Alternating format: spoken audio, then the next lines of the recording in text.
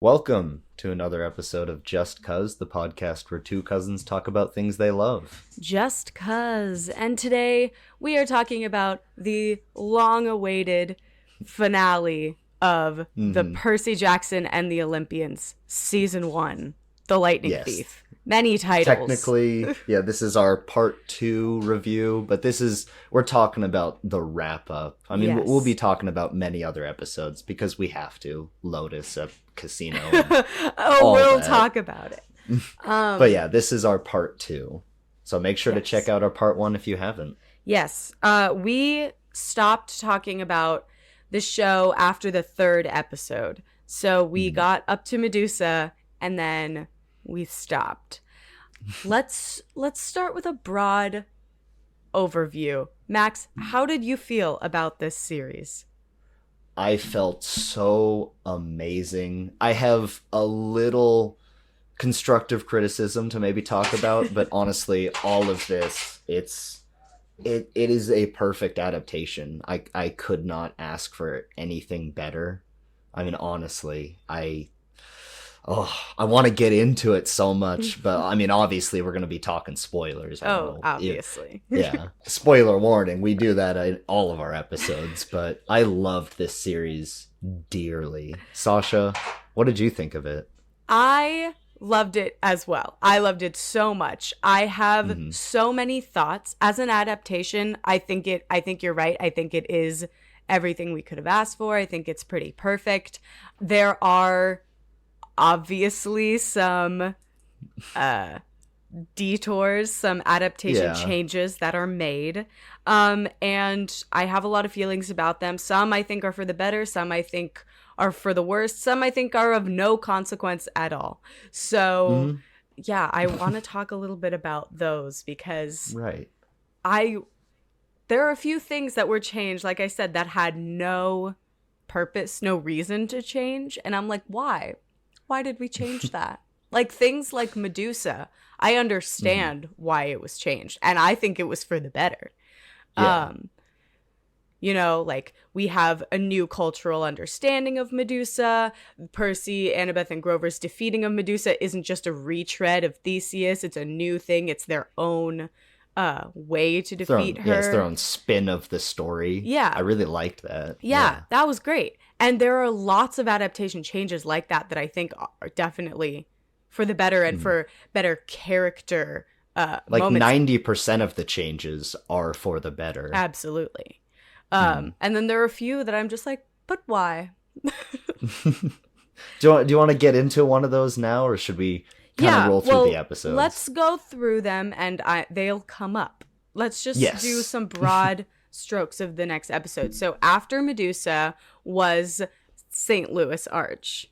Right. And I really did like that, and this is probably some of the changes that we'll get into. And I don't even know if it's talked about too much in the book, but episode 4 is where I really noticed that a lot of this series is isolated from the real world or from seeing civilians, which maybe that's because of COVID, which it definitely is. But there's a sort of dissonance between what's happening in Percy's quest and what's happening in the real world. I 100% agree with you, and I think it is a detriment to the series in one aspect, because in the book, and unfortunately to some extent in the movie, I'm saying unfortunately because I'm saddened to be saying the movie did something right. Oh no. But we can't admit that. It's impossible to comprehend, but it's happened. Both in the book and in the terrible movie adaptation, there were stakes that were being portrayed for this quest. Okay. Zeus's master bolt has been stolen. Zeus and Poseidon are preparing for war. There were hurricanes, tornadoes, tidal waves. There were actual people dying and being evacuated from their homes, and mass destruction just in the preparation of their war. They hadn't even started their war yet. And that lent some real stakes to this quest. Percy has to save the world. Percy, Annabeth, and Grover if they fail, everyone will die. And I think earthquakes are mentioned, but that's in the finale. Earthquakes, and that's just definitely. like on the radio. Yeah. No, but that's what I'm saying. It's an undercurrent through the whole book. And it is something that they did talk about in the series. This is one of my things coming up. They did a lot of talking about it in the series, but they didn't show it to us. Honestly, like a cold open for an episode where we see a city being destroyed. Like, we don't have to see death because this is a kid show, but just that would increase the stakes for me. Or just like the simple thing that even the movie did was they were sitting in a diner when they didn't meet Ares for some reason, and they were in a diner anyway, and they were just watching it on the news. They were watching all this destruction on the TV, and I was like, that is very simple, but that gets the point across. I always hate when they put exposition on the news, but yeah, that would have worked. You got to get your exposition somehow. It's got to go. It's got to be. Yeah. This series had an extreme amount of exposition, and I'm not saying that is a bad thing. I'm not saying that as different from the book, because it's not. Because in the book, those characters stand around and tell each other everything that's happening. And that Annabeth does her Hermione stuff, and she always will. She is not a Hermione ripoff. You take that back right now, sir. I'm sorry. She is. I love Annabeth dearly, but she's a ripoff of Hermione. She is not. Annabeth is her own person. She might share some similarities with Hermione, but book Hermione and book Annabeth are very, very different people. That is true. But I mean, as an archetype, these three are Harry, Ron, and Hermione. Sure. I mean, yeah, whatever. But actually, Cronus is Voldemort. I made that joke earlier. No. You know what? I really like that. That actually brings something up that is part of the next episode, where Grover as a character is being expanded on, and I love that so much because Grover was always overlooked, always pushed to the sidelines. Okay, let me tell you something about Grover. I think I've said this before. I might have even said it in our previous episode, but Grover is the most powerful satyr to ever live. He discovered 4 children of the big 3. He is... He's the ultimate protector. And he found Pan. And he was Pan's chosen and received Pan's magic. He's literally like the god of satyrs. He should be, right?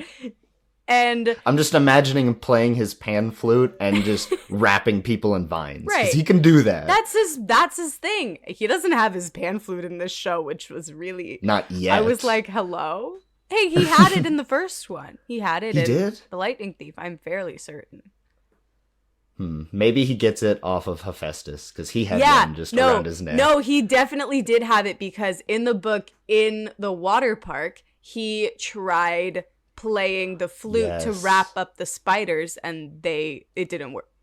But he did have it. Anyway, Grover's character starts being expanded upon in the next episode after the St. Louis Arch. We haven't really talked about the St. Louis Arch episode yet, even though we have been talking. I think we might have even talked about it in the first episode, or in our first part. Did where we? I think we might have talked about 1 through 4. Oh, silly me. Okay. But anyways, yeah, the St. Louis Arch is amazing. I love that scene. I mean, like I said earlier with the bystanders, they kind of just... They're there, and then they leave, and then there's no one else there. Yeah. And that is... I mean, that's just how this kind of show is going to work, unfortunately. Yeah. You got to put your budget somewhere, and they decided to put their budget into the Chimera instead of in the extras, which I think is a good choice. Yeah, the Chimera looked really cool. Yeah. So... But yeah, episode 5. I assume with Grover you're talking about where Grover and Ares are talking. Absolutely. 'Cause I loved that. Yes. Because I think in the book I mean, obviously we're in Percy's POV the entire time. Mm-hmm. So when Grover separates and he has his own adventure, we never get to see that. Yeah, So and I that doesn't love that in the show. Yeah, and it doesn't happen till later books, and we don't know anything about Grover really. I've said this before, but we don't know Grover's mother, who's presumably some kind of nymph. We don't know like, we know that his father went searching for Pan and died, but we don't know how he died. We don't know when he went searching for Pan. We don't know a lot about Grover. We only know what pertains to Percy, which makes sense if you're like a preteen boy from your perspective. But the show is able to have different lenses and go from Grover's point of view and Annabeth's point of view. That happened in this episode, you know. The scenes with Grover in the diner and the scene with Annabeth and Hephaestus, Percy wasn't conscious or present for those. So those were things that we never got to have in the book. Obviously, they changed the Waterland Hephaestus thing that happened. And this is one of the changes I think was for the better. Absolutely. Yeah. I don't even really remember what happens in the original book. Okay, so in the book, Grover like flies off. Like the shoes, like, because the shoes keep malfunctioning and like he flies off by accident, whatever. And Annabeth and Percy but he is there at the water park.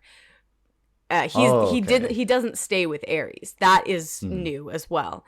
And Percy and Annabeth get into the Waterland ride, and it is not a trap for demigods. It is a trap for Ares and Aphrodite, because Ares and Aphrodite decided to go hook up in Aphrodite's husband's place in this water which is just incredibly no, that's actually not true. In the disgusting. In the book it's just a random water park, actually. And now that I'm thinking about it, it's just a water park. They just decide to go fuck at a water park. And I'm like, you guys are gods.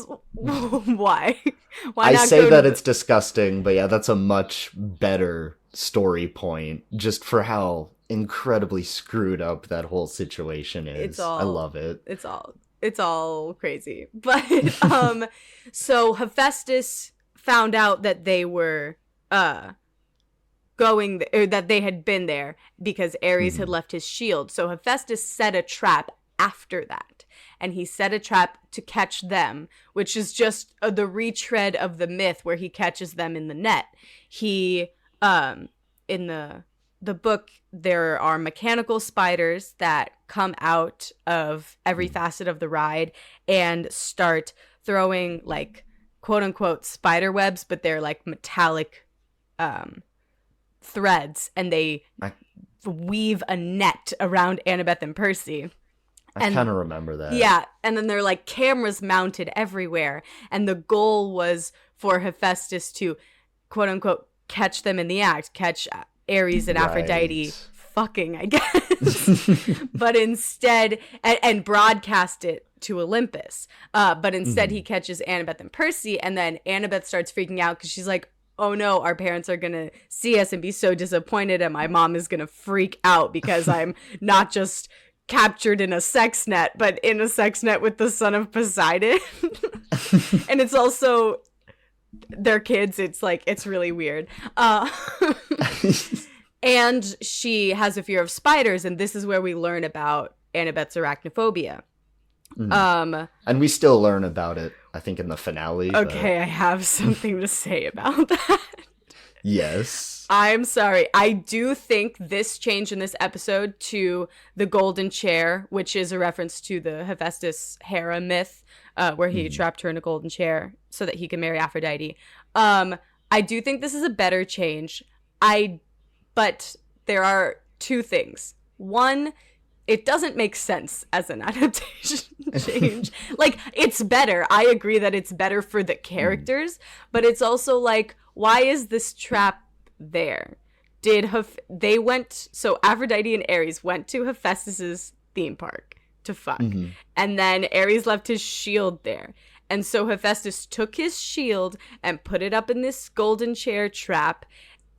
What was he expecting Ares to do? Was he expecting Ares to sit in that but then he wouldn't be able to get his thing back? Did he think Aphrodite would sacrifice herself for Ares? Or did he always assume that Ares would outsource this to demigods, and he just felt that he was going to punish some random demigods that had nothing to do with this cheating scandal that his wife and his brother are involved in?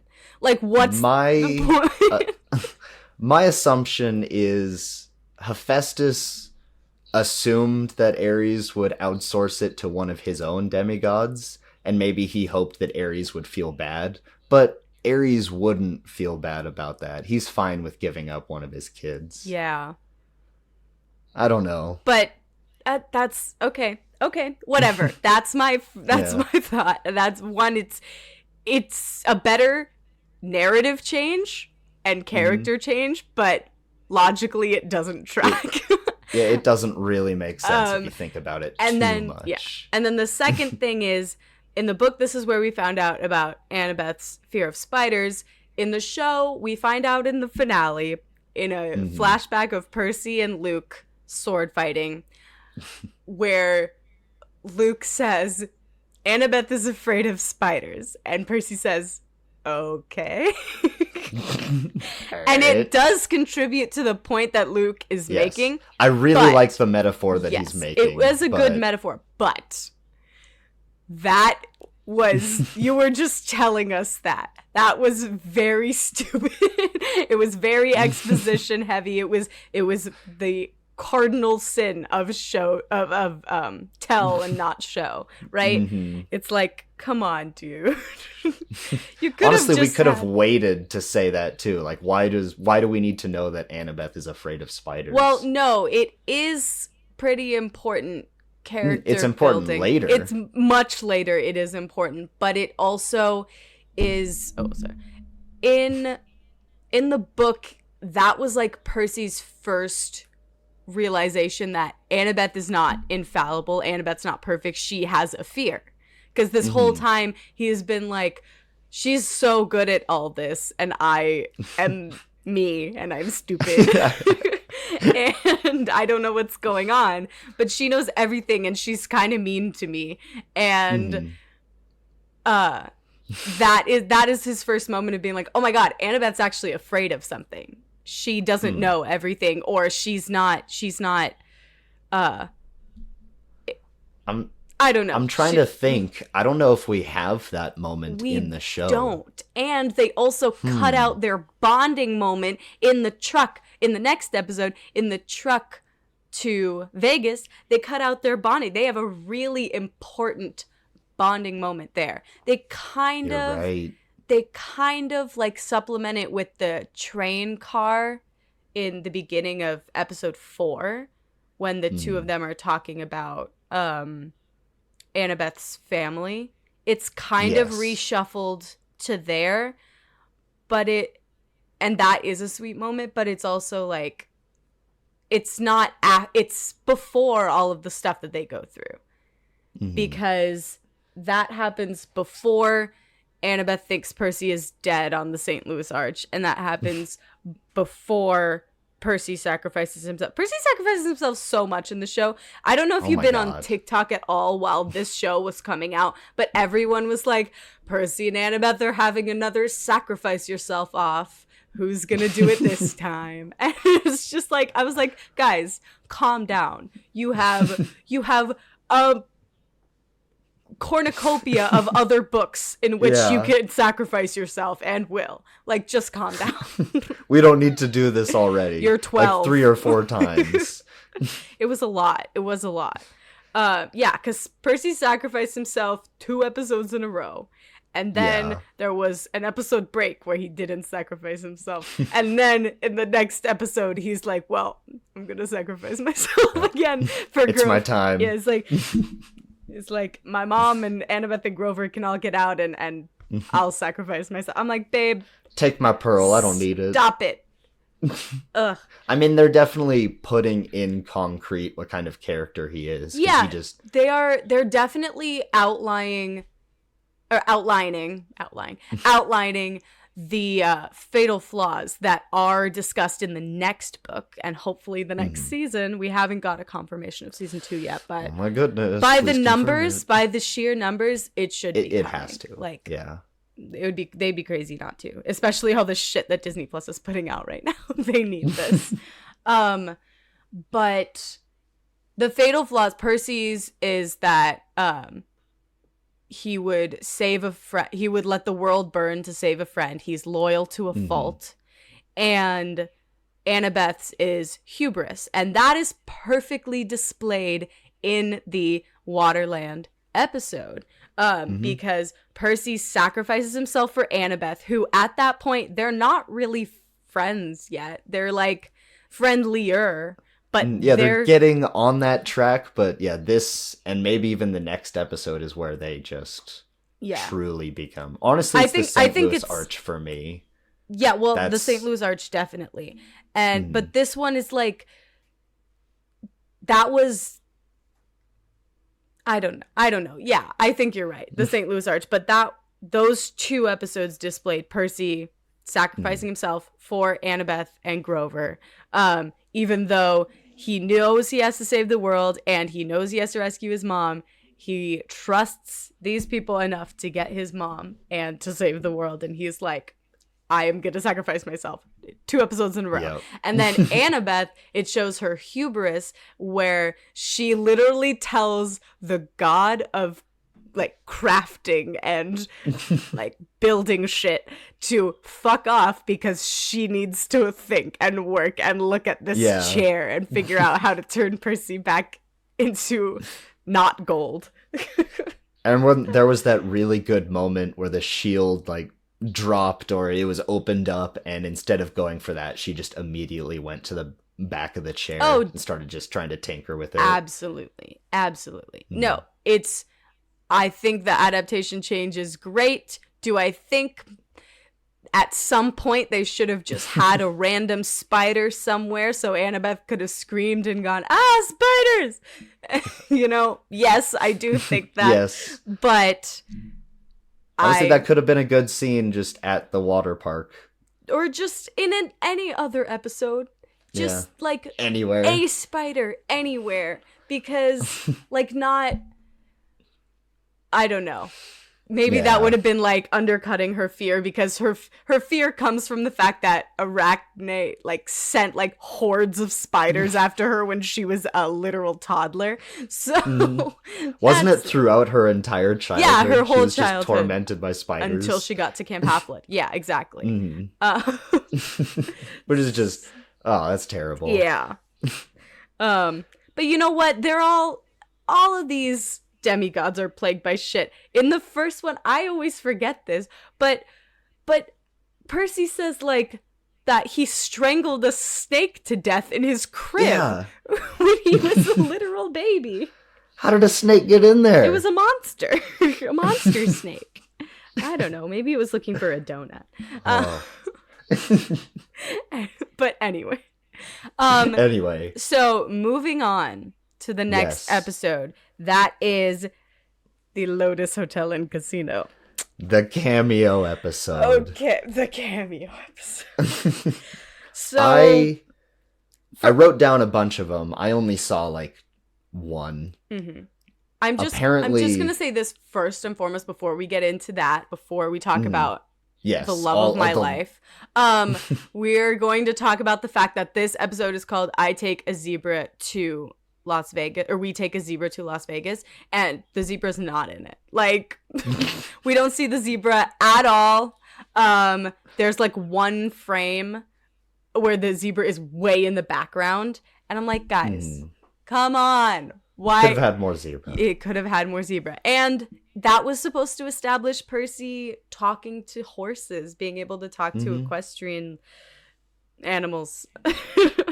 And that didn't happen, so I'm like, okay. Because they kind of set it up with the Pegasus finding him when he was a little kid. Exactly. I don't know.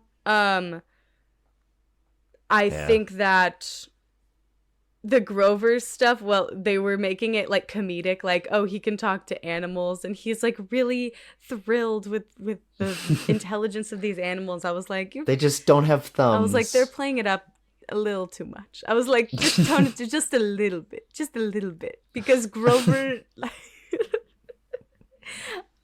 I love him to death, and he is what's it called? He's like not. This isn't a revelation for him. He's talked to animals his entire life. Oh yeah. Mm-hmm. So it just seemed like baby's first time talking to horses or whatever, and I was like, hun, just calm down. Just let them out of their cage. They're fine. Yeah.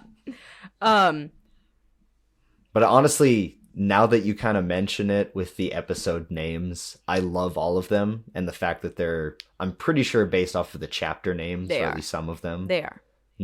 Perfect. They're all chapter titles, which is great, because that is an unsung hero of the Percy Jackson books, honestly. The chapter titles that Rick comes up with are absolutely hilarious. And just opening a book and seeing Chapter 1, I accidentally vaporized my pre-algebra teacher. All right, I'm in. There's nothing better. So they get to Vegas, and this time Ares told them to go to the Lotus Hotel and Casino to find Hermes. They are specifically going there, and they know that it is, they get in and they know that it is the Lotus Hotel, and they can't eat anything. Immediately. They were like, the story. Don't eat the lotus flowers, because then we'll start singing Poker Face or something. And, oh goodness. Great reference. So that is one of the, and this comes back again later, but that's another change where it's this, we saw it before with Medusa, and it worked there. It worked really well there. But here, they enter into the traps that they fell into in the books, and they know everything that's going on, and they're never tricked once, and there's no sense of tension. And that got under my skin a little bit, I'm not gonna lie. Really? Not that I think this is something that Annabeth wouldn't know, because I definitely do. I was like, this is definitely something she would know, because this whole book is just a retread of the Odyssey. That is the same for the first 2 Percy Jackson books, right? They're just retreads of the Odyssey and other Greek myths, and all mushed together. And just fun stuff thrown in. Yeah, and they do the same thing. He kills Medusa in the same way. They trick Polyphemus in the same way that Odysseus did, you know? They get tricked by the Lotus Eaters the same way also Odysseus did. But it robs the show of tension. Like, there is a little bit of tension with Hermes and with Grover getting it, I don't know, indoctrinated, cursed or whatever, gets under the spell of the Lotus Hotel. But I don't know, it didn't make me feel much. I was like, well, obviously Percy and Annabeth are just gonna find Grover and he'll be fine. And they were really playing up the, he lost his memory, which was interesting because that is not accurate to the myths, I believe. They forget everything that's important, but I don't know if they lose their memory exactly. I don't know. I definitely got to read the Odyssey again, but you are right in that there is very little tension in this episode. I spent a lot of it just looking in the background for hidden Easter eggs. Nico and Bianca. Yes. Yeah. But I mean, they could have just left at any time. And sure, there's the tension of we need to go find Grover, but they do that very easily. Yeah. So, and also the thing that this episode is supposed to accomplish, or that this portion of the story is supposed to accomplish, is to sidetrack them so much that they are rushed to the deadline of the summer solstice. And that was the only thing that really made me upset, because not that they missed the summer solstice, that's whatever, I'm fine with that. I think ultimately it was a good change, but the fact that Annabeth walks away, Percy's just sitting with Hermes, and then Hermes says something cryptic, and then Percy gets up, and the next time we see him, it's a smash cut to Annabeth and him looking outside, and he is explaining to her, it's been 4 days, we missed the summer solstice, blah blah blah. And I was like, what? Why would you not show him figuring that out? There is no reason to just tell us that. The clock's turning, the gears turning in their head would have been a really cool moment. Yeah, it should be him like going outside, realizing it's night. Maybe him and Annabeth going outside, realizing it's night, asking someone on the street, hey, what day is it? You know, like, just figure that out. Like, it wouldn't have even added much more time.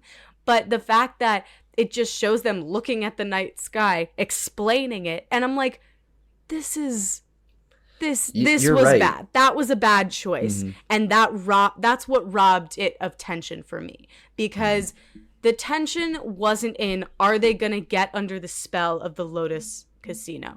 Because very quickly at the beginning of the episode, we know that they're not. And we honestly already knew they weren't going to in advance, because they were going there on purpose. In the book, it was more like the Odyssey. They just stumble into all these troubles along their way. Yeah. But they were purposefully going there. So I had a feeling they're probably not going to fall under the spell of it. That's fine if you want to do that. But to rob the episode of that much tension was really a bad decision, in my opinion. And honestly, they could have hidden a lot of that tension or made it subtle, or I don't know. But the penny never dropped. Like, you're absolutely right. There should have been that moment of, oh crap. Exactly. And it never happened. Exactly. The driving. But the cameos were cool. Talk about the cameos. Okay, so I never saw them, but apparently Nico and Bianca are there. I've looked many, many times. I need to watch this episode at like 0.5 speed. I watched it a bunch of times. I didn't see anything or hear anything, but I looked online. People were saying that at a certain point in the episode, if you turn it up real loud and stop listening to what the characters are talking about and listen to the background, there's someone in the background yelling Bianca, which obviously would be Nico. But I listened to those TikToks that people made. I never heard it. Yeah. I don't know if I believe it. There are a lot of people who said they heard it. We can choose whether or not to believe them. I did not. There was one point where I did see a video of someone saying, I think that's Nico and Bianca on screen, which was interesting. It was the point that we were just talking about, where Percy and Annabeth are looking through the doors at the night sky, realizing that it's 4 days later. And a boy and a girl, one older, one younger, dressed in 1940s-ish style clothes, quickly walk past the screen. That could be it. And I am convinced of that one. Okay.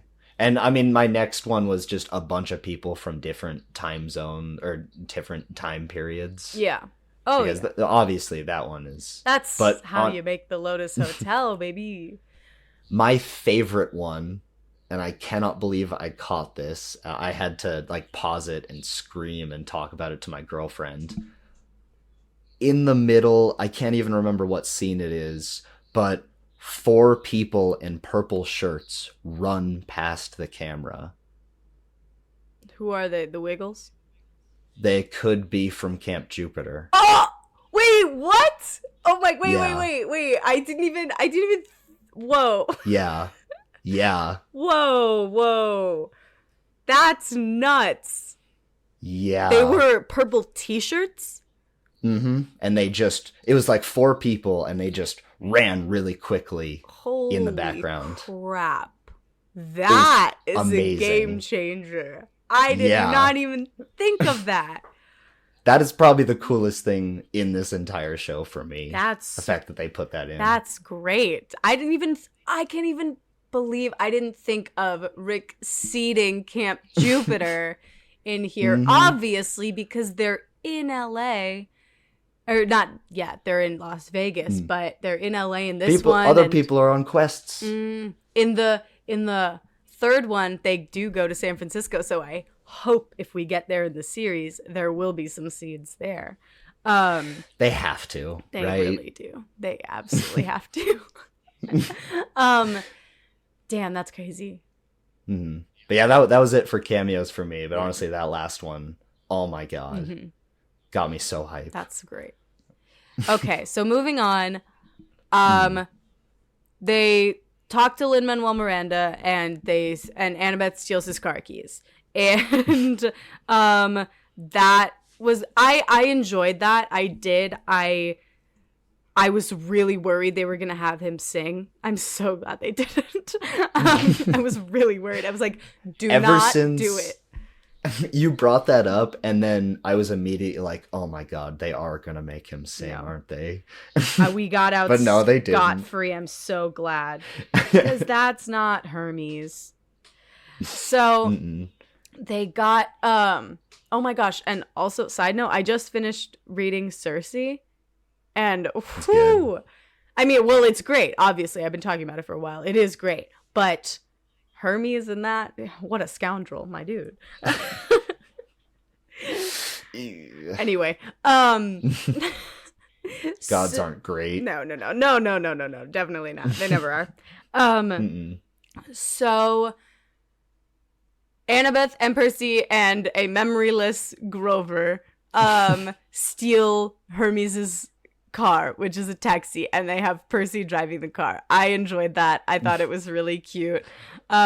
Scraping against the wall like Galaxy Quest. Love that moment. Just his when they were in the parking lot and someone drove past them, and he like stopped and got so angry, and he was like, "Why are you speeding?" And then laid on his horn like slightly delayed like an old man. It was so funny. It was absolutely hilarious. No, yeah, all of that was fantastic. That was great. And I loved all of the serious stuff with Hermes, where like I think he touched Percy and made him relive a memory, and then he was about to do the same with Annabeth, but she pulled back. That was absolutely loved that moment.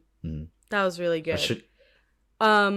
We're gonna talk about it at the beginning of the next one, but the stuff with Percy's memories, gold. Oh, I'm really liking those. And that was added, and that is perfect. Just the flashbacks in general. So they take Hermes' magic taxi, and they get to Santa Monica Beach. It just zaps them there. Great, because I would not want the children driving that far. So they get to Santa Monica Beach. Percy goes underwater and talks to the Naiad. Okay, she looked kind of weird, right? I don't know if she looked weird to me, but the one note that I have is, my goodness, this is dark.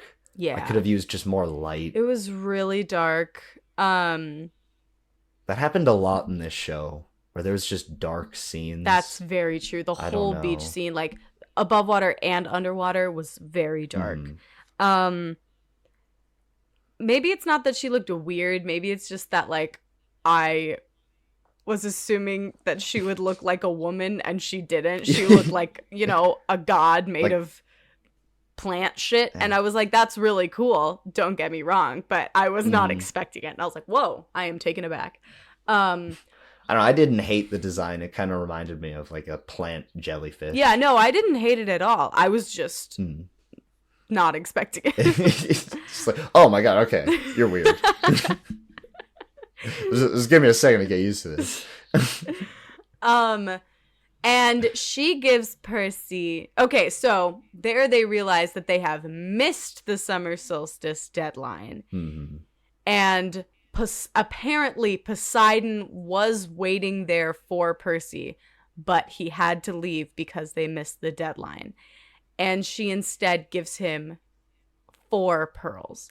Now, this is a big change from the books, where they make the summer solstice deadline just in time.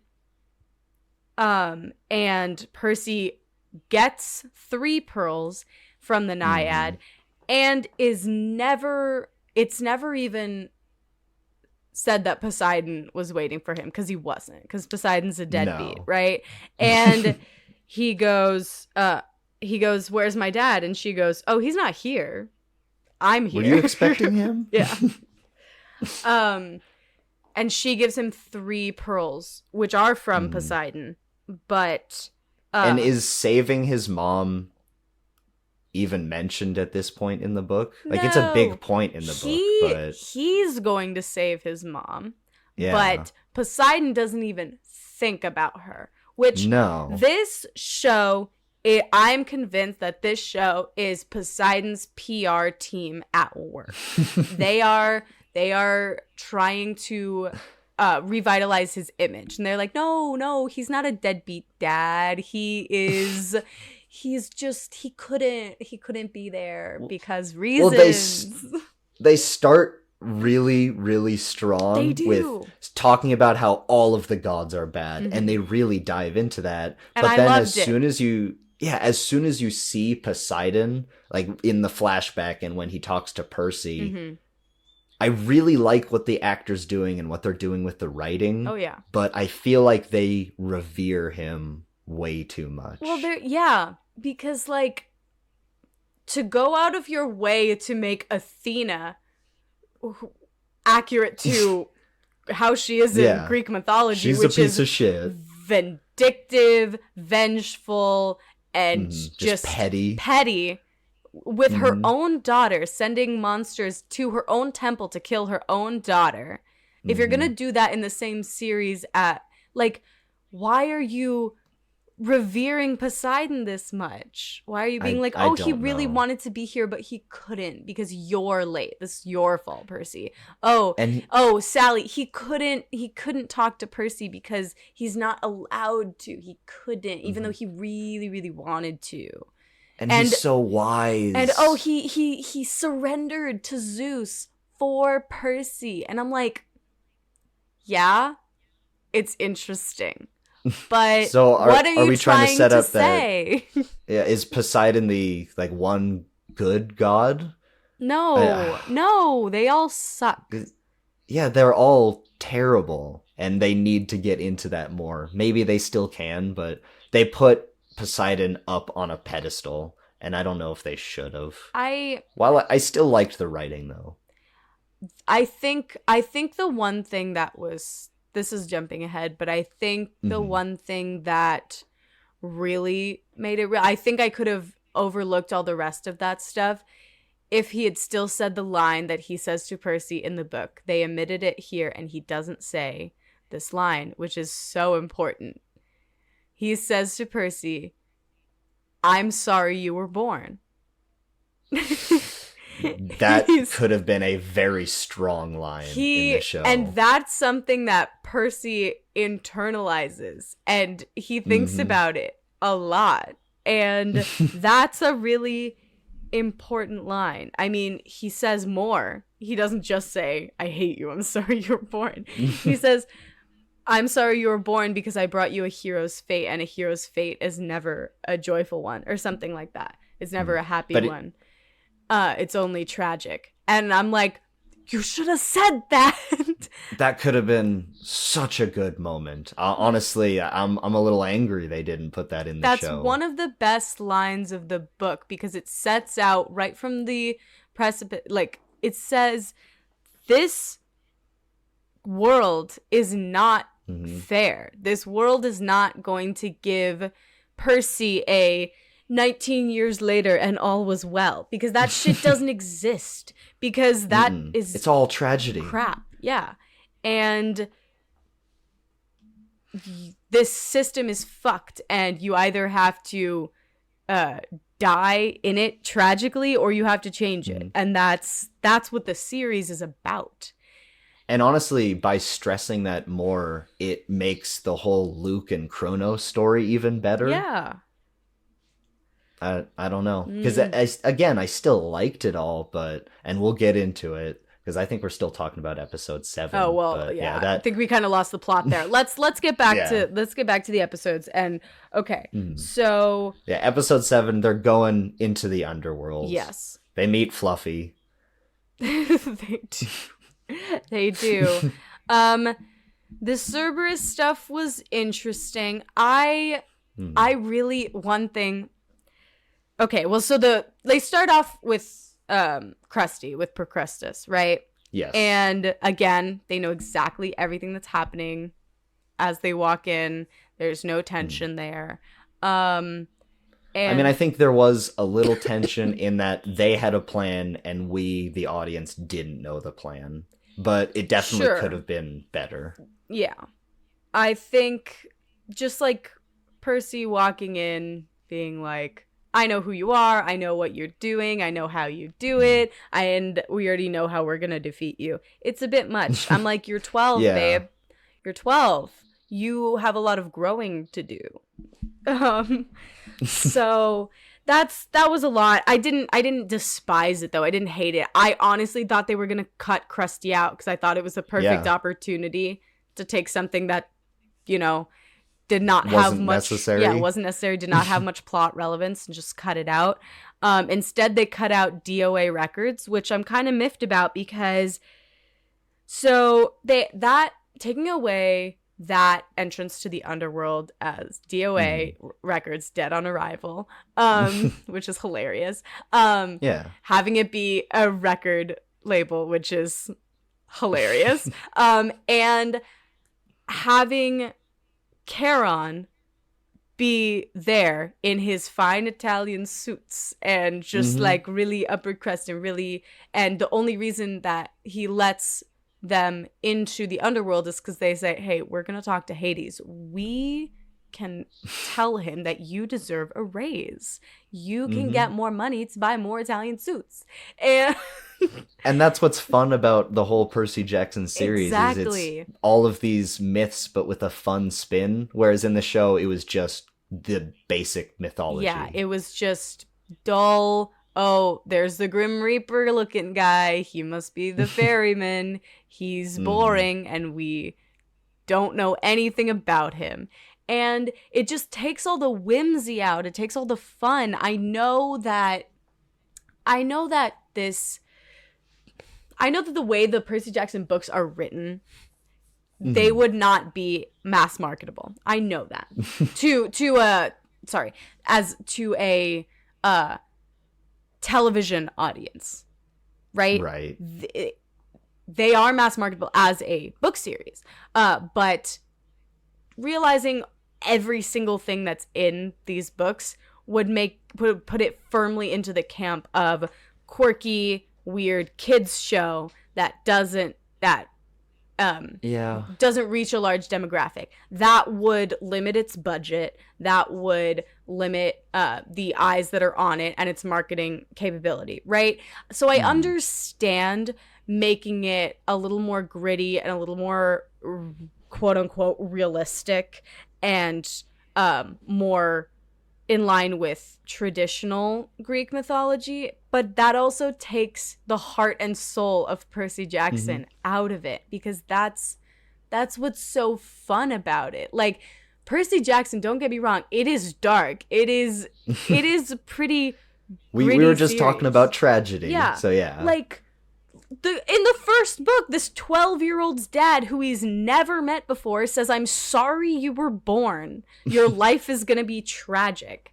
Like, that sucks. And they also started the series with Tidy Whities on a Minotaur. Yeah. So I was kind of expecting them to go 100% with all of this. Same. But they didn't. And I think that is one of my major criticisms of the series, is that it is tonally inconsistent. I would agree with that. It's a lot of fun to see your favorite book realized, or one of your favorite books realized into a movie. And I love a lot of the changes they made. I love the actors. I love the production design. I love all that. But it is not tonally consistent across the show. And that, you know, takes some things away that are kind of necessary for a successful series. I mean, once they get into the underworld, they meet Cerberus. And Cerberus just starts chasing them and then eats Grover. Yeah.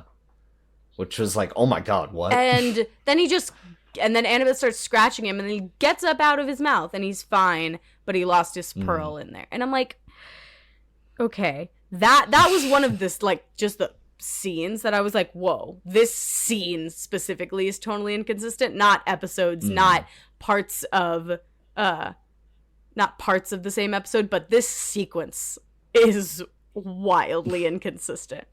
Also, that it had no point. I was like, why? Yeah. They just got up and over the wall, and that was it. And they could have flown. Yeah. Because that's what they did in the... Well, it's... I don't know. It's not even that they could have flown. It's that if you were gonna go to the thing where it was... Percy now has 4 pearls. Percy has the means to save his mother. Obviously, we know he's not going to, because the prophecy says you will fail to save what matters most in the end. Everyone already knew going into this episode, or anyone who had read the books, already knew that he was going to lose one of these pearls.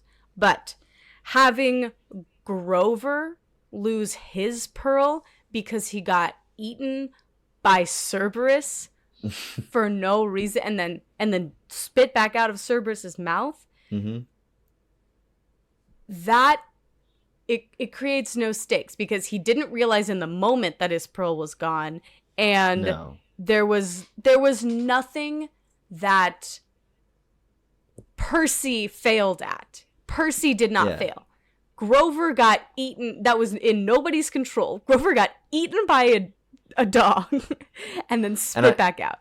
And the only reason why they did that, I feel, is to say one more time, hey, Percy likes to sacrifice himself for his friends. Yes, but this was the point in the book where Percy actually is going to sacrifice himself. He goes in there, he's like, I have 3 pearls. I already know I'm going to sacrifice myself for my mom. And Annabeth, Grover, and my mom are going to get out of here. That's what he's thinking in the book. Obviously, that doesn't happen. But in the show... if you're going to... he fails. He's supposed to fail to save what matters most. So if you're going to go through the thing of having... he has the means. Okay, now he has to lose one. He has to fail in some way to save his mother. He can get the bolt back to Zeus, but he can't save his mother.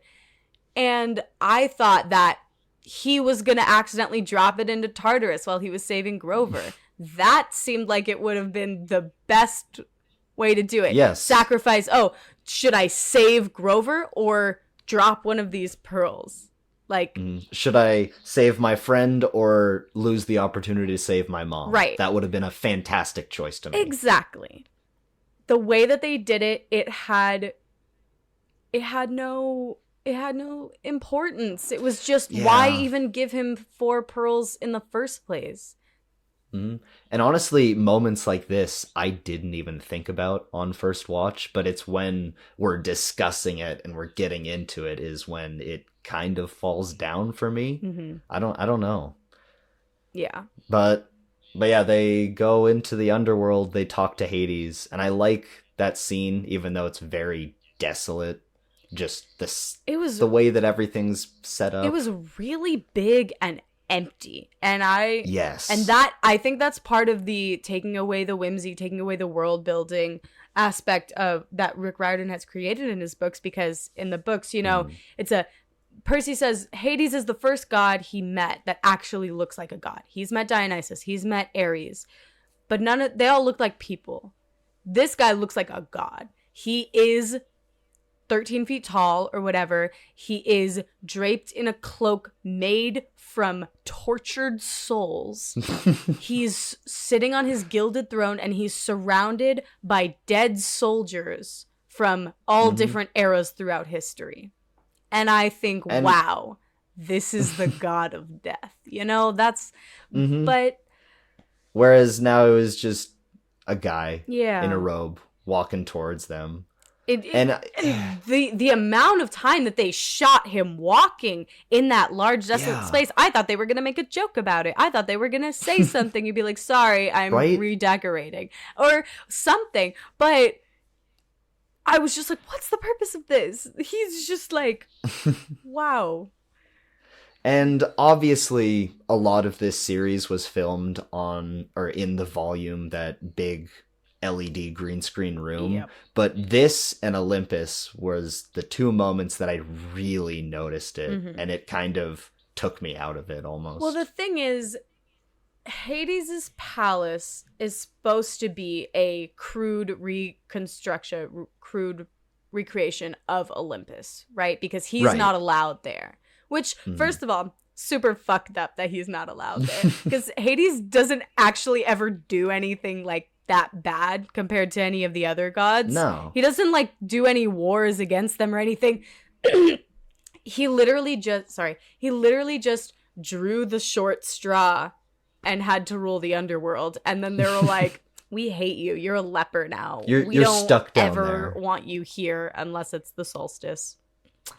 Sorry. And I'm like, okay, whatever. Anyway, that's actual Greek mythology. There's nothing we can do about that. But and they kind of discuss that in this show, but it seems like Hades doesn't even care, which clearly he does. I mean, come on. Yeah, I don't know. I don't know. I thought the actor who's playing Hades was fun. I saw him and I was like, oh, honey, you are just like your son. I was watching him and I was like, okay, I know what's gonna happen in the future. He was very subdued with his performance, but I still liked it. Yeah. So what they talked to Hades' palace is supposed to be a recreation of Olympus, and I thought they did that pretty well. I could definitely see that. Yes. The problem was that Hades' recreation of Olympus didn't add anything of his own to make it look like his own. It just looked really sad. And the point of, in Percy Jackson, Percy sees Hades' palace before he ever sees Olympus. So he gets to Olympus and then he notices and he's like, oh, that's I see what why he's doing. Hades' palace looked like it does. And that moment never drops, which is fine. There's other things that are going on. We're not in Percy's head. We can't have all of those little musings that we do in the book. Right. They did show it in this instance, but Hades didn't fill it up with anything of himself. He just left it bare. And I was like, okay, it's a little boring, not gonna lie. Yeah. But yeah, he gets back to Earth by dropping his pearl, and he promises Hades that he'll get the helm. Wait a second. We skipped something really weird. Annabeth pieced out of the underworld early. And I remember she's separated from the group somehow in the book. She did but not. It's not. She did not. She separated Really? for maybe a minute because when they were playing with Cerberus, when they were distracting Cerberus, she was playing with a ball. She had a squeaky ball. Literally, okay. Right. In the show, she picks up the squeaky ball in Krusty's office. And then they don't use it. And I was like, what? Why? What's the point of that? I mean, they do use it to get, to distract the dog, but it's not in the same way as the book. No. And I was like, what's even the point? Whatever. But anyway, so she just in the book, she sends Percy and Grover ahead of her, and she says, I'll be right behind you. And then she throws the ball and she runs after them. So they're separated for maybe 30 seconds, not anything. But The, they decide to wrap her in grief vines. I don't know. I heard some people online saying it might have been like Leah might have had a scheduling conflict or something. Some reason that she couldn't be in the rest of that episode, because otherwise I don't understand why that would have happened, you know? Because there was no point to it. First of all, okay, I thought that the Fields of Asphodel, I thought it was an interesting concept to have the people become trees. I thought that was interesting. The problem was, in the book, the Fields of Asphodel are supposed to be so crowded, so jam-packed full of souls that, like, it's like a Taylor Swift concert. Like, you can't get through at all. You have to, like, Percy and Annabeth and Grover had to, like, shove their way through all of these souls. Like the line at the beginning in the show. They did show that in the line waiting to cross the Styx. But that's what the Fields of Asphodel is supposed to look like. And to have this field full of trees and have it so sparse, like, the idea was that these souls have grown into trees of regret, right? Because they didn't do anything good enough to make it to Elysium, so they have regret. I guess. I guess. I don't know. It doesn't make sense why they start growing on Annabeth. It doesn't make sense why all of the trees are the same height and why there's so few of them. If they were going to do that idea, they should have been so jam-packed full of trees that Percy and Annabeth and Grover, it was like a maze. Like, they would not be able to get through. That's what it should have been. Also, they should have been different heights so we could have seen. I know it's a kid's show, but I wanted to see those souls, like, halfway up a tree. Like, that would have been weird as hell. I would have. And all of their faces looked very similar. Yeah. I don't know. I don't know. It was just well, I think that's accurate to Greek mythology. They're supposed to shed, like, lose any part identifying feature, and they're just a wandering soul. That's fair. And you can't, like, their faces are blurred and you're not supposed to be able to recognize their face. But it was just a weird scene. Yeah, it was strange. It was strange that Annabeth left early. I don't understand the purpose. No. If there was some sort of scheduling conflict, I think they could have figured out how better to, like, a better way to do that. It sounds like we're shitting on this show a lot, but we really liked it. No. Before we get to the finale, there is a scene that I loved that I do want to talk about. Go ahead. And that is Sally and Poseidon's conversation. Yes. Again, we talked about how much revering Poseidon is not good, but I still liked how much character work and meaning was put into this. Well, I loved the scene. I think it was a great change. I think we definitely always needed to know more about Sally because we just didn't, you know? And I thought it was really good character work, like you said. I don't think that specific scene was revering Poseidon too much. I think it was pretty accurate to what being a single mother, raising a child with needs that you can't necessarily deal with, right, is like. And I thought that was very, very well done. And just the fact that Sally wanted him to go to school because she wanted him to learn a bunch of social stuff. Well, just like things that she couldn't teach him, and also because the two of them being there together, for some reason, that made monsters more likely to find him. I don't know why.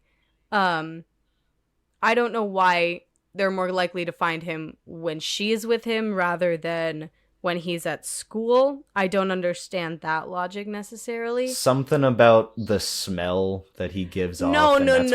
Gabe, but right? That's in the book. In the show, they never say that. Yeah. In the show, they never say that. I'm talking about the show's logic here.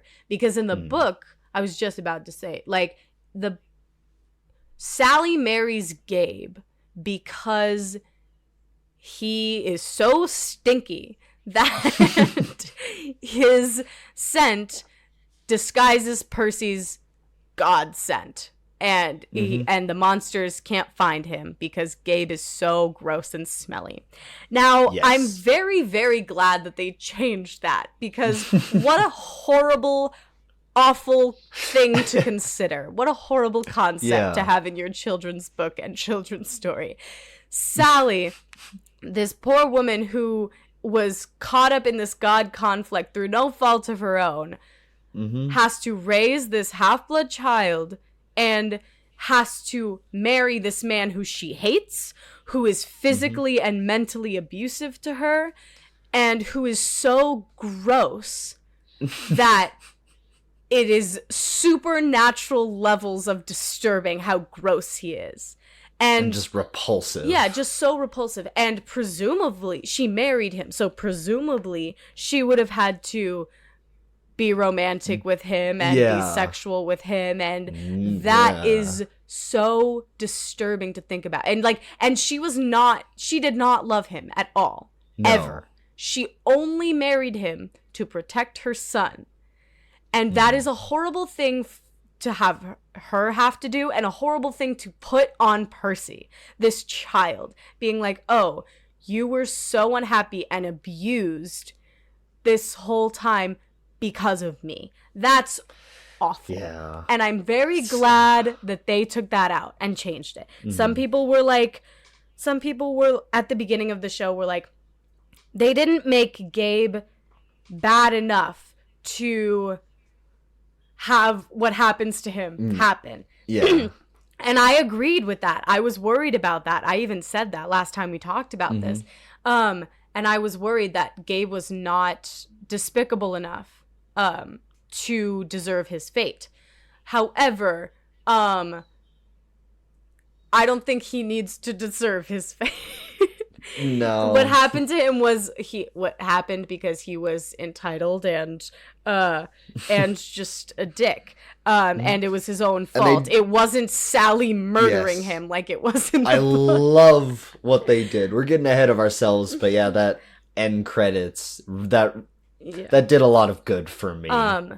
But the show's logic also is less consistent then. If you, unfortunately, when you take out the Gabe stuff, the scent stuff, right? So monsters can't tell Percy's scent, or maybe they can, but that's not the reason that he can't live at home. Because in the book, he goes to this school because this is a school for troubled kids, and he is a troubled kid.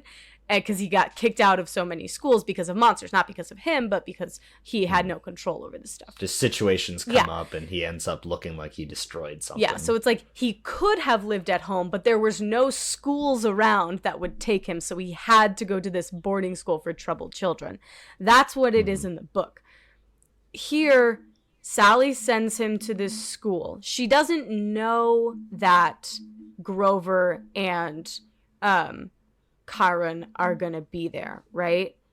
She doesn't know that. She sends him to this school, and she says to Poseidon, I have to, like, a Pegasus followed him home from school. I have to send him to camp.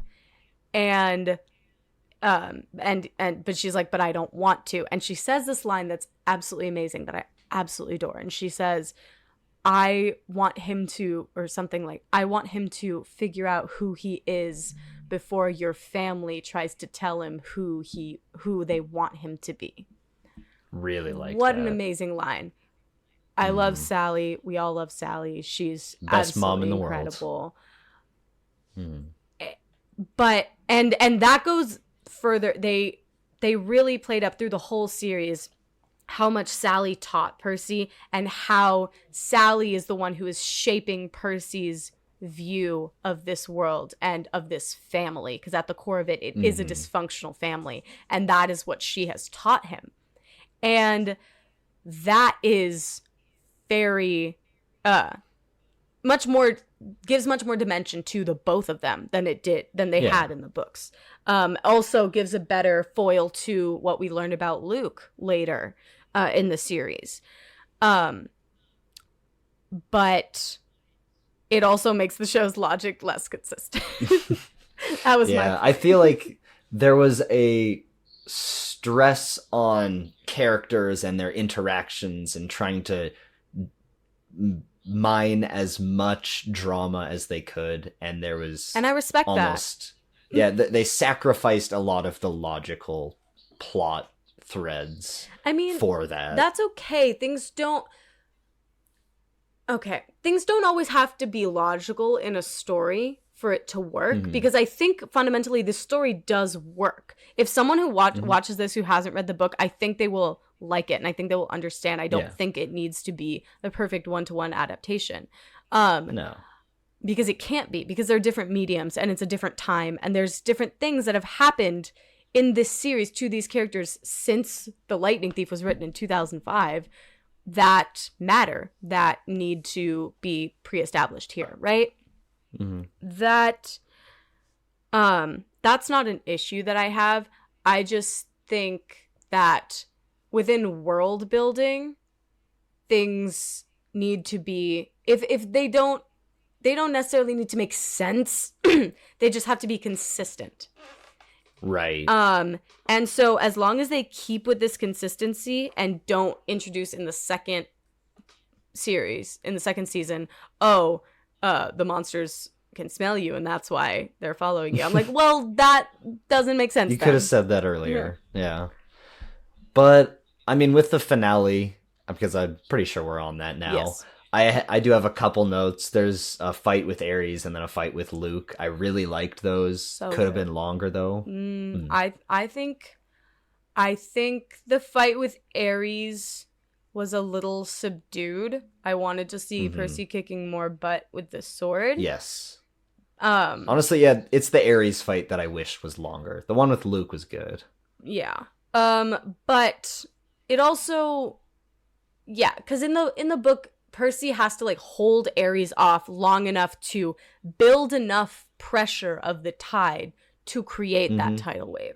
And that's like his, because like it's not just his water bending that he could do. It's not just his hydrokinesis. He is thinking, he is like, I am building pressure. I am creating practically a bomb. I am thinking. I'm making an intelligent, tactical decision. And it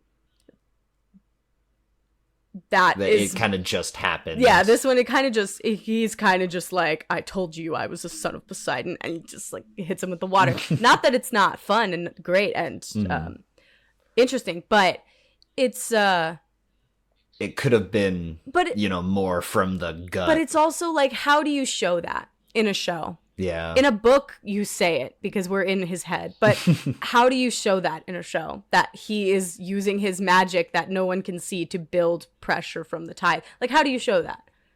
I don't know, I can think of a couple ways of, you cut back and forth between his face straining and the wave rising. Yeah. I don't know. But I mean, that's basically what they did.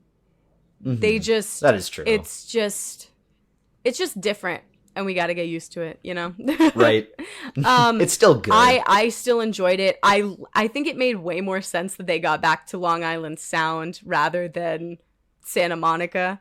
Not because, like, in the book, that you had the time for Percy to go on the airplane and be worried with all the turbulence and know that Zeus only didn't kill him in the sky because he had his master bolt. He was returning it. Yeah. So like that, I love that. But in the show, there's no time for that. There's absolutely no time to have them get up to Santa Monica, fight Ares, get you know, swaddled in blankets by the police, and then make a plea to the American people on the news to donate money to him so that he can buy plane tickets back to Manhattan to get back to his loving stepdad. Like, there's no time for that, and I'm glad they didn't even entertain it. They're just like, nope, you're back in Long Island. Way better. Pacing wise, we're going to Olympus. Yeah. And I like that.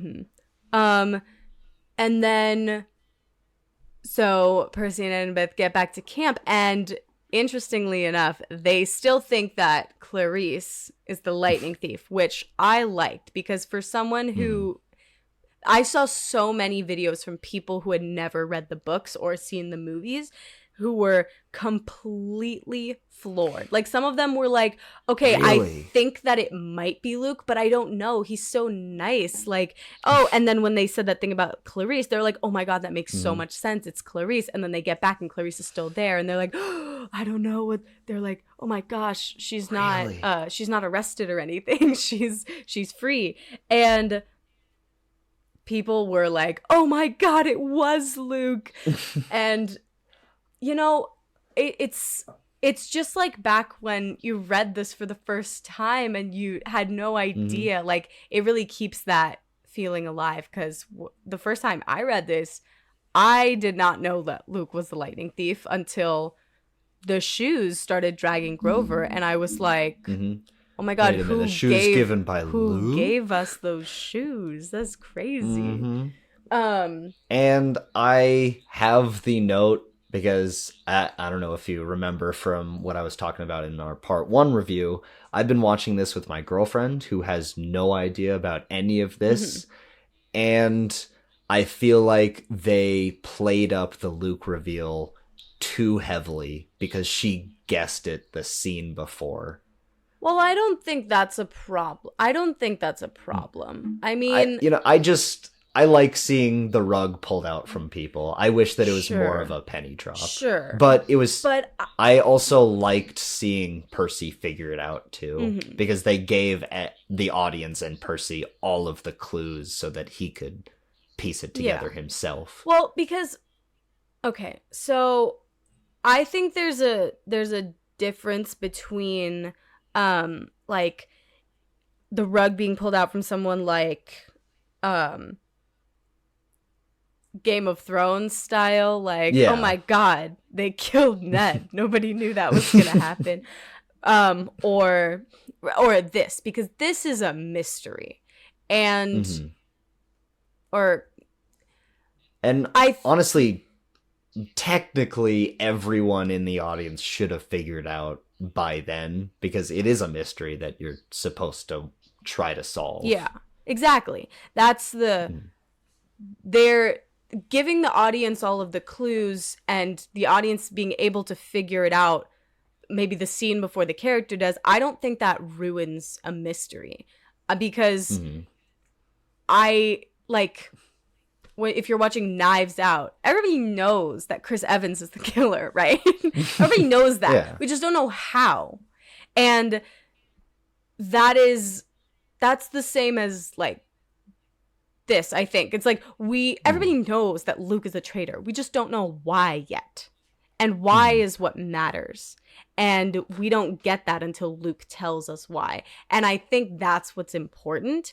And so I don't think it's a problem, because just like I was explaining it in the book, the first time I read the book, I figured out that it was Luke when the shoes went. That was way before Luke revealed that he was a lightning thief. That was way before Percy figured it out. But that didn't ruin the reveal for me. I still was like, oh my God, I can't believe this. Luke was such a little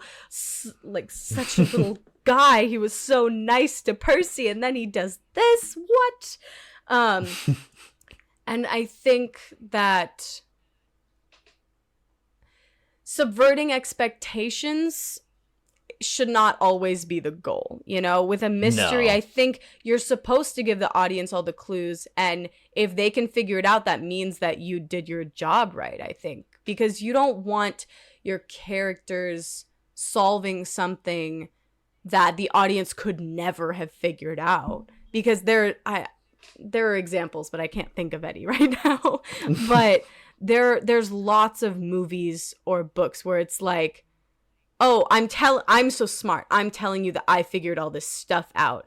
But we could have never, the audience weren't given that information, so we never could have figured it out. Just like with the Lotus Hotel and Casino, like we, the audience, weren't given the information, weren't given the opportunity to figure out, oh, it's 4 days later. Percy just tells us, because he's so smart, just tells us that it's 4 days later. And that's bad. I think that's a mistake. This at the end, I don't think is a mistake.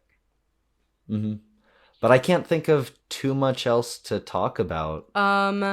I think the last thing I want to say is that at the end, Percy's dream where he sees Kronos and then he wakes up and he's not at camp anymore. He is at home and he tells Sally about his dream. I think that is really important, and I think it's indicative of the future of this series, because really after the Lightning Thief, Sally is not very incorporated into any of the plots. No. And I think that this series is saying we're going to take a much more proactive role with our supporting characters. That means Sally, that means Grover, that means hopefully Tyson in the next one.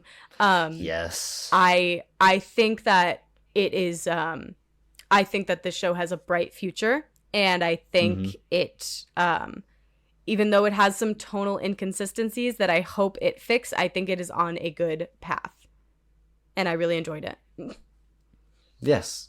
Yeah, I absolutely loved Percy Jackson. I mean, obviously we had many, many notes, but as an adaptation, I loved it. Cannot wait for season 2. It better come. If it doesn't, then what are you doing, Disney? Then we riot. Then we storm their gates. We storm Olympus. But with that, let's move on to the consumption corner, where I know I am just starved for content. I don't know about you, Sasha. I'm pretty damn hungry. Well, what content have you been eating? Eating. I don't know. You go first. I can't think of anything.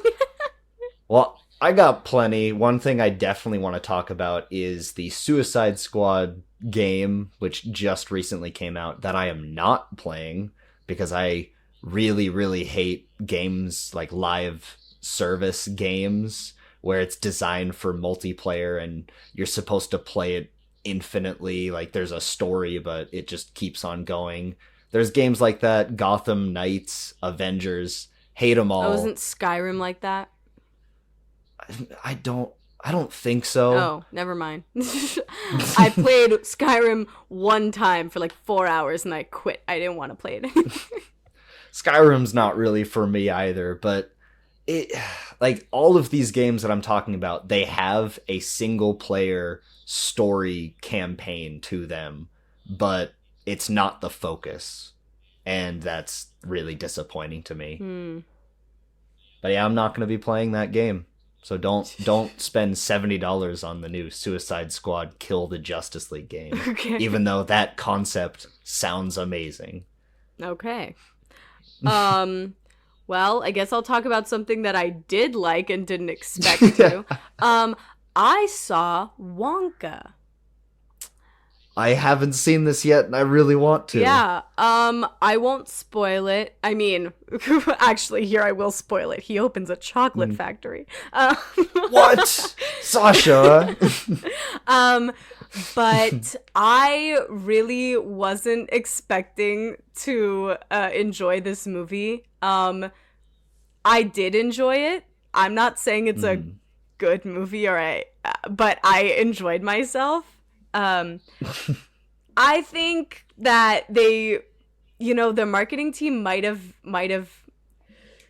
done a really good job because the movie made a lot more money than normal movie musicals do by marketing it not as a musical. However, that's been a theme lately. No, it has, and there was they did some studies. I saw somebody, I don't know who it was, I think it might have been Waiting in the Wings, but they were talking about the marketing campaign, and it works. if you market your movie as a musical, they don't do as well at the box office as Wonka and Mean Girls have. So that's kind of upsetting. But also Yeah. for this movie to not be marketed as a musical, I was very surprised for it to start, and the first thing that happens in the movie is he starts singing. Like, there's, like, the first time you see his face, it pans down, and you see his face, and he opens his mouth and starts singing. I was like, whoa, I wasn't expecting that. The songs were... They were good? They were songs. Oh. First of all, the singing was great. The acting was great. The choreography was great. The visuals were great. I really enjoyed the film. I had a fun time watching it. But for a musical, the songs were not it. They were not it for me. Well, that's a shame. But it's okay, because when you're watching it, you don't think about how the song's being bad. You're watching the choreography, you're watching the relationships develop, you're watching the acting, which is all good. So it's not really a complaint. It's just, standing alone as a musical, would this work as a stage musical like other movie musical? No, it won't, because the songs don't hold up. But it's not about that, because it's about the production of it, you know? And it's a fun time. It is a fun time. It also is really fun to go to the theater and see a bunch of posters for Dune, and Timothy Chalamet all serious with blue eyes and next to Zendaya, and then go in to see Wonka, and he's got a top hat. He's like really going for it. It is whimsy to the overload. It's a time. I really want to watch this movie. The one thing that has stopped me is I need a big bag of candy, so I'll probably do that today. Just go get that. That's hilarious. That would be so fun. But a movie that is not fun at all, I watched it expecting at least a good time. That is Argyle. Oh no. Oh no. So, there's one main thing that I want to talk about, and I'm going to spoil the heck out of that one specific thing. Wait, okay. But I am going to see it tomorrow. So, spoil it, but don't ruin it. I'm not going to spoil anything except for one thing. Okay. And before I even get to the spoilers, I'll say this movie is predictable as hell. There's about 3 twists, and the movie started in the first 10 minutes. I was like, is that going to be one of the twists? And that could be one, and that could be one. And I was right on all accounts. So it's boring and predictable. And the one twist that I will talk about is not even a twist, just the one spoiler that I'll talk about is the post-credit scene is, the whole movie is about Bryce Dallas Howard, and she's an author, and her books end up becoming real spy adventures. Right. And she has 4 books out, and the post-credit scene is someone in a bar, and they're talking about, oh, I can't wait to read this Kingsman book, and it's revealed that her first book is Kingsman. What? And all of this movie is set in the Kingsman universe. No! What? That's insane! So, are you kidding not me? only has Matthew Vaughn made a really bad new movie, he's ruined his previous movies. I love Kingsman.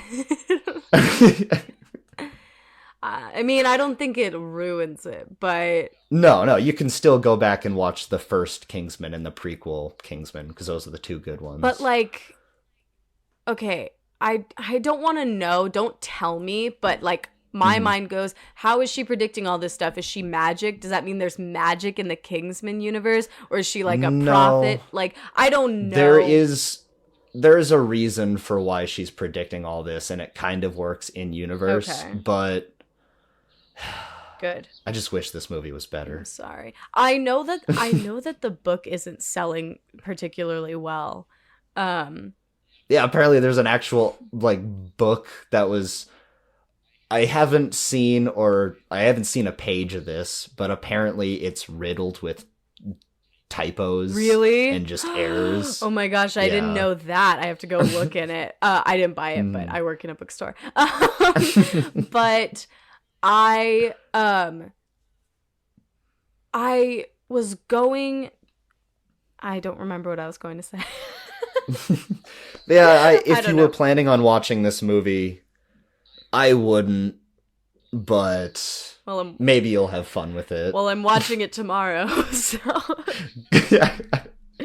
Maybe next week you come back and you're like, hey, this movie was great. What were you talking about? I would love for that to be the case. We'll see. I doubt it, but we'll see. Mhm. One more movie I want to talk about. Guys, I finally did it. I finally saw All of Us Strangers. Oh my goodness, I need to. Oh my god. It is one of the saddest films I've ever seen in my life. Oh, maybe I don't need to. It's so good and so beautiful. It's an amazing film. But I'm warning everyone, do not go see this movie unless you are in a mentally stable place. Like, have a Disney ready just on the because clip. what I did is I did a double feature. I saw this and then I saw Wonka. So that is probably perfect. So I didn't kill myself. But basically it's an incredibly beautiful movie. I thought it was going to have a happier ending than it did, and it did not. So that's all I'll say about that. I don't want to spoil it because I genuinely didn't see it ending the way that it did. But well, before I wrap up the show, I guess I'll mention one thing that I did enjoy reading or consuming, because I don't want to just talk about things I hate. But there is a new Ultimate Spider-Man by Jonathan Hickman that I've been loving. I was not expecting it to be so in-depth into the Ultimate Universe, but I'll probably talk about that later when I've read more. But yeah, with that, this has been a podcast with commercial breaks. Did you notice that in the show? There's like 2 per episode. That was weird. I don't know. I did notice that.